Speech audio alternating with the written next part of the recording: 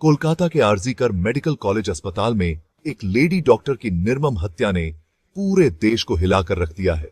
इस हत्याकांड की रिपोर्ट में सामने आई है जो भयानक तस्वीर वह बेहद दिल दहलाने वाली है। रिपोर्ट के मुताबिक लेडी डॉक्टर को हवस का शिकार बनने के बाद एमिली नेचुरल से मारा गया। अस्पताल प्रशासन पर इस मामले में कई गंभीर आरोप लगाए जा रहे हैं, जिनमें सबसे प्रमुख आरोप यह है कि अस्पताल ने इस हत्या को आत्महत्या के रूप में पेश करना शुरू किया। सूत्रों के मुताबिक आरजीकर अस्पताल के असिस्टेंट सुपरिंटेंडेंट ने डॉक्टर के परिवार वालों को यह जानकारी दी कि उनकी बेटी ने आत्महत्या कर ली है। परिवार वालों को जब अपनी बेटी की मौत देखने का मौका मिला तो उन्होंने देखा कि उसके शव पर गंभीर निशान थे जो स्पष्ट रूप से हत्या की ओर इशारा कर रहे थे। यह जानकारी सामने आने के बाद परिवार वाले हैरान और परेशान हो गए और इस मामले में अस्पताल प्रशासन की भूमिका पर सवाल उठे। पुलिस ने अब अस्पताल के अधिकारियों से पूछताछ के लिए छापेमारी की है। असिस्टेंट सुपरिंटेंडेंट और चेस्ट मेडिसिन विभाग के प्रमुखों से इस मामले में पूछताछ की जाएगी ताकि यह स्पष्ट हो सके कि उन्होंने जानकारी क्यों दी। इसके साथ ही पुलिस ने इवेंट वाली नाइट ड्यूटी पर मौजूद 7 जूनियर वकीलों से भी पूछताछ की है। इनमें प्रशिक्षु इंटर्न, हाउस स्टाफ और पोस्ट ग्रेजुएट ट्रेनी शामिल हैं।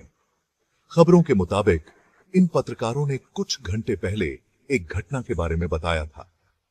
लेडी डॉक्टर का शव 9 अगस्त की सुबह अस्पताल के दर्शन हॉल में मिला था। पोस्टमार्टम रिपोर्ट में खुलासा हुआ है कि डॉक्टर के प्राइवेट पार्ट से ब्लीडिंग हो रही थी और उनके शरीर के अन्य अंगों पर भी चोट के निशान थे। रिपोर्ट में बताया गया है कि उसकी दोनों आंखों और मुंह से खून बह रहा था, चेहरा चेहरे पर था और एक नाक भी गायब थी। इसके अलावा पेट, बायां पैर, गर्दन, बायां हाथ, अनामिका और हड्डियों पर भी असर पड़ा। रिपोर्ट में हत्या से पहले की मियां, स्त्रैण और यौन उत्पीड़न का भी संकेत दिया गया है। जांच में पता चला कि शुक्रवार दोपहर 3 बजे से शाम 5 बजे के बीच ग्लास घोंटकर और माउथ स्टोन की हत्या हुई थी। इस नृशंस हत्या के बाद पूरे देश में तोड़फोड़ की लहरें चलीं। अस्पताल प्रशासन की भूमिका पर सवाल उठाए जा रहे हैं और इस मामले की जांच को लेकर व्यापक दबाव बढ़ाया जा रहा है। कलाकारों के परिवार वालों ने न्याय की मांग की है और ट्रस्ट को कठोर दंड देने की अपील की है। इस घटना पर अस्पताल और चिकित्सा क्षेत्र में सुरक्षा और अभिलेखों को लेकर गंभीर सवाल उठाए गए हैं। अंतिम विवरण अब जरूरी हो गया है। The police investigation began with a meticulous examination of the crime scene. Every corner, every detail was scrutinized. Officers collected evidence, took photographs, and documented everything meticulously. Witnesses were interviewed, and their statements were carefully recorded. The atmosphere was tense as everyone hoped for a breakthrough. The detectives worked tirelessly, piecing together clues, trying to unravel the mystery. The community watched anxiously, waiting for answers.